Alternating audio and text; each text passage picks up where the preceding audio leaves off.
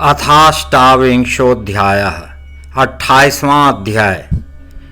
शंखचूड की पुष्कर क्षेत्र में तपस्या, ब्रह्मा द्वारा उसे वर की प्राप्ति, ब्रह्मा की प्रेरणा से शंखचूड का तुलसी से विवाह। सनत कुमार बोले, इसके बाद उस शंखचूड ने जैगिषव्य महर्षि के उपदेश से ब्रह्मा जी के पुष्कर क्षेत्र में प्रीति पूर्वक बहुत काल पर्यंत तप किया। उसने एकाग्र मन होकर इंद्रियों तथा उनके विषयों को जीतकर गुरु के द्वारा दी गई ब्रह्म विद्या का जप करना प्रारंभ किया। इस प्रकार पुष्कर में तप करते हुए उस शंखचूड दानव को वर देने के लिए लोक गुरु विभु ब्रह्मा शीघ्र वहां गए। ब्रह्मा ने जब उस दानवेंद्र से कहा वर मांगो, तब वह उन्हें देखकर अत्यधिक विनम्र होकर श्रेष्ठ वाणी से उनकी स्तुति करने लगा। उसके बाद उसने ब्रह्मा से वर मांगा कि देवगण मुझे जीत ना सकें। तब ब्रह्मा जी ने प्रसन्न मन से उससे कहा कि ऐसा ही होगा। उन्होंने उस शंखचूड को जगत के मंगल को भी मंगल बनाने वाला जगन मंगल मंगल नामक और सर्वत्र विजय प्रदान करने वाला दिव्य श्री कृष्ण कवच प्रदान किया। तुम बद्रिकाश्रम चले जाओ और वहां तुलसी के साथ विवाह करो।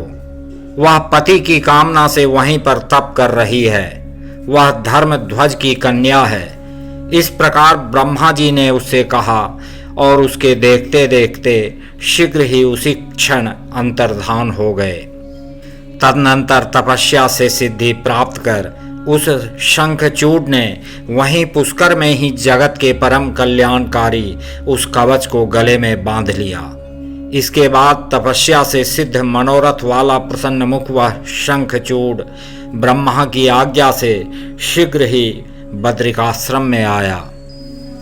वह दानव शंखचूड अपनी इच्छा से घूमते हुए वहां आ गया जहां धर्मध्वज की कन्या तुलसी तप कर रही थी। सुंदर रूप वाली, मंद मंद मुस्कान वाली, सूक्ष्म कटि प्रदेश वाली तथा शुभ भूषणों से भूषित उसने उस श्रेष्ठ पुरुष को कटाक्षपूर्ण दृष्टि से देखा। तब शंखचूड भी उस मनोहर, रम्य, सुशील, सुंदरी एवं सती को देखकर उसके समीप स्थित हो गया और मधुर वाणी में उससे कहने लगा। शंखचूड बोला, हे देवी, तुम कौन हो? किसकी कन्या हो? तुम यहाँ क्या कर रही हो और मौन होकर यहाँ क्यों बैठी हो? तुम मुझे अपना दास समझकर संभाषण करो। सनत कुमार बोले, इस प्रकार का वचन सुनकर उस तुलसी ने सकाम भाव से उससे कहा। तुलसी बोली, मैं धर्मध्वज की कन्या हूं और इस तपोवन में तपस्या करती हूं। तुम कौन हो? सुखपूर्वक यहां से चले जाओ।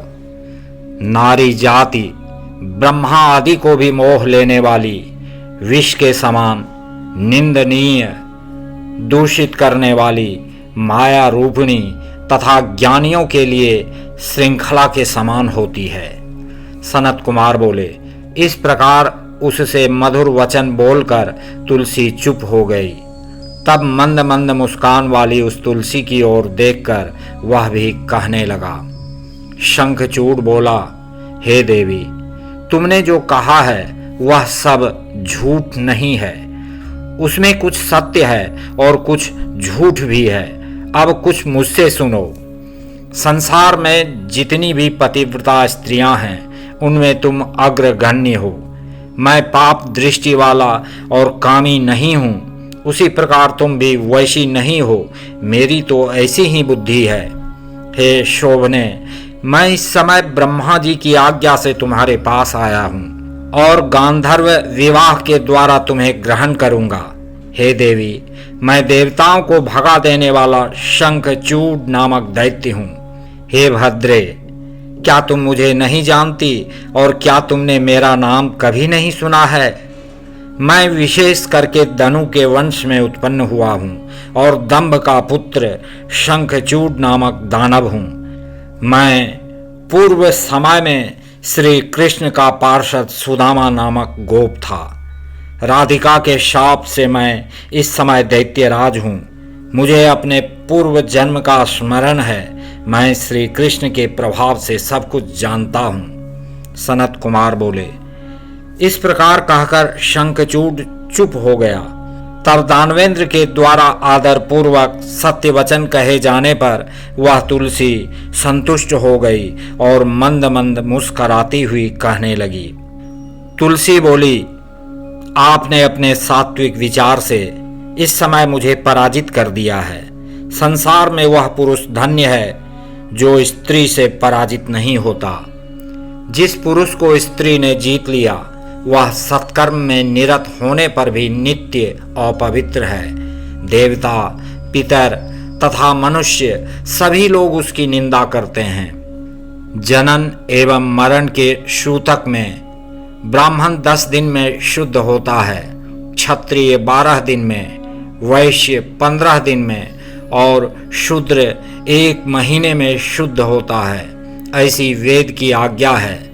परंतु स्त्री के द्वारा विजित पुरुष बिना चितादाह हुए कभी भी शुद्ध नहीं होता। उसके तर्पण का जल एवं पिंड भी पितर लोग इच्छा पूर्वक ग्रहण नहीं करते और देवता उसके द्वारा दिए गए पुष्प, फल आदि को ग्रहण नहीं करते हैं। उसके ज्ञान, श्रेष्ठ तप, जप, होम, पूजन, विद्या एवं दान से क्या लाभ है जिसके मन को स्त्रियों ने हर लिया हो। मैंने आपकी विद्या का प्रभाव जानने के लिए ही आपकी परीक्षा ली है, क्योंकि स्वामी की परीक्षा करके ही स्त्री को अपने पति का वरण करना चाहिए। सनत कुमार बोले। अभी तुलसी इस प्रकार कह ही रही थी कि जगत स्रष्टा ब्रह्मा जी वहां आ गए और यह वचन कहने लगे। ब्रह्मा जी बोले, हे शंखचूड, तुम इसके साथ क्या संवाद कर रहे हो? गांधर्व विवाह के द्वारा तुम इसको ग्रहण करो। तुम पुरुषों में रत्न हो और यह सती भी स्त्रियों में रत्न है। चतुरों के साथ चतुर का संगम गुण युक्त होता है। हे राजन, यदि विरोध के बिना ही दुर्लभ सुख प्राप्त होता हो तो ऐसा कौन है जो उसका त्याग करेगा? जो निर्विरोध सुख का त्याग करने वाला है वह पशु है, इसमें संदेह नहीं है। हे सती, तुम देवताओं, असुरों तथा दानवों का मर्दन करने वाले इस प्रकार के गुणवान पति की परीक्षा क्यों करती हो? हे सुंदरी, तुम इसके साथ सभी लोकों में स्थान स्थान पर चिरकाल तक सर्वदा अपनी इच्छा के अनुसार विहार करो। अंत में वह गोलोक में श्री कृष्ण को पुनः प्राप्त करेगा और उसके मर जाने पर तुम भी वैकुंठ में चतुर्भुज श्री कृष्ण को प्राप्त करोगी। सनत कुमार बोले। इस प्रकार यह आशीर्वाद देकर ब्रह्मा अपने लोक को चले गए और उस दानव ने गांधर्व विवाह के द्वारा उसे ग्रहण किया। इस प्रकार तुलसी से विवाह कर वह अपने पिता के घर चला गया और अपने मनोहर भवन में उस सुंदरी के साथ रमन करने लगा।